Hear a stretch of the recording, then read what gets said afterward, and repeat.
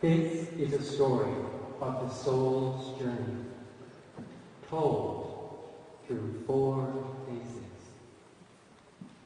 Observe, where are you in your journey? There was a beautiful little girl. Her spirit shone like the multiple rays of the sun.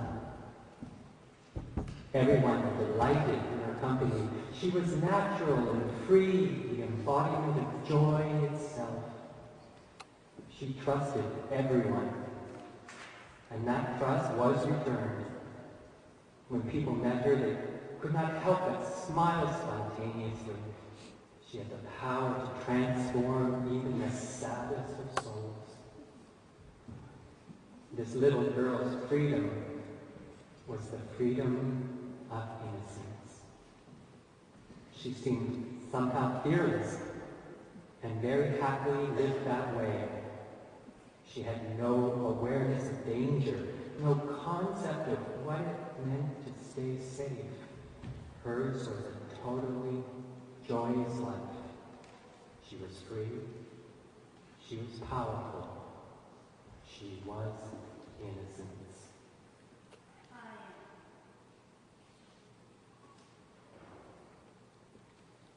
The traditional face.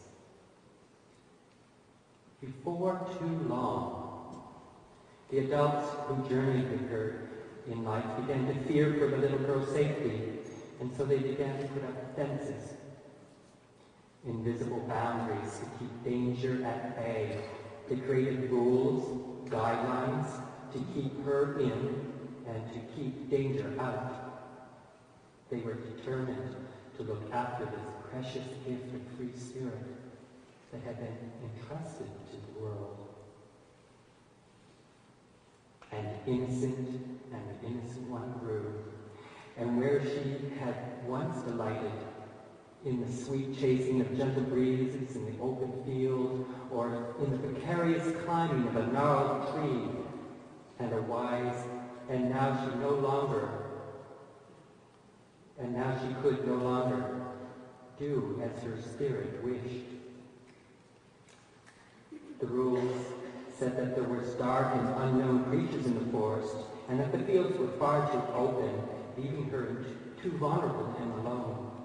She began to shrink in her being, and she grew, and the list of rules grew too. But now not all the rules were spoken or written. Sometimes there were things the innocent one just knew. The traditions became law, and the law was not to be broken. Soon everyone forgot the reasons for the rules, but only remembered the rules themselves. With good intention, they were stifling enough, but without good intention, the rules became an obstacle to the free expression of her innocence.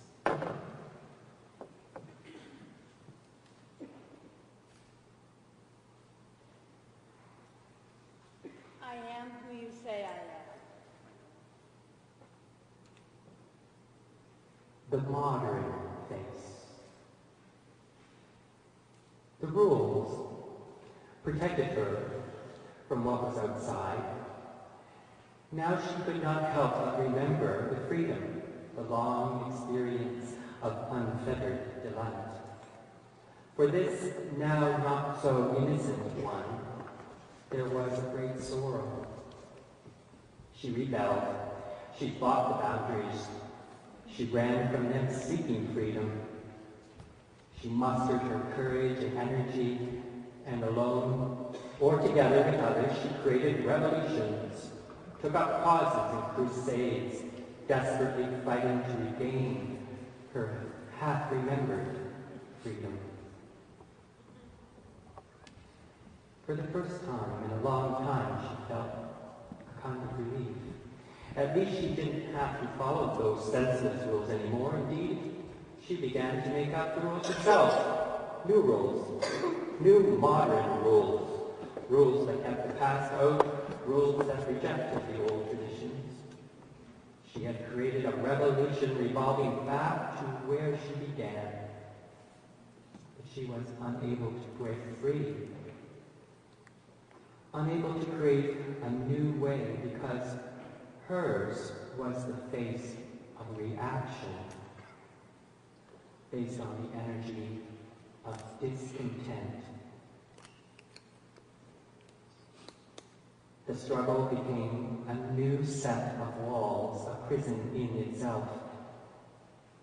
This she did not see. She thought she was free, but she was not. I am not who you say I am.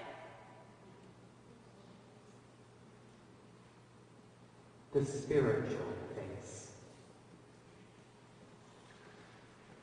And when she was tired of the struggle, when she began to question the possibility of success, when disheartenment crept in, and when she felt the depths of discouragement, it was then that she was truly open and ready. Only then did she let go of control to listen to the quiet voice of innocence calling her. At that point, when all seemed completely without purpose, a new way was revealed. She came to see herself and her world with wisdom and without judgment. Moving away from the protection of blame and bitterness, she reclaimed the power to be responsible. She began to seek light.